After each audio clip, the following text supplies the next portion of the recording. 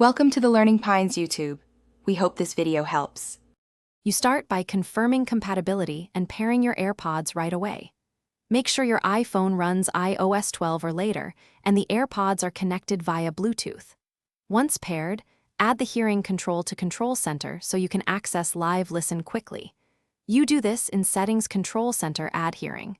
Do this now.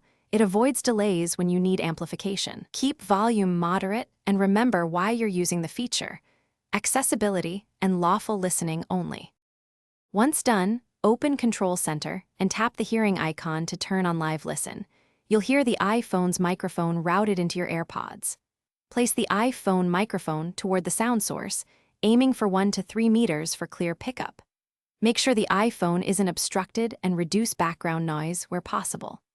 Adjust AirPods volume using the device buttons or Control Center slider so speech becomes intelligible without distortion. Remember, this amplifies ambient sound for accessibility purposes.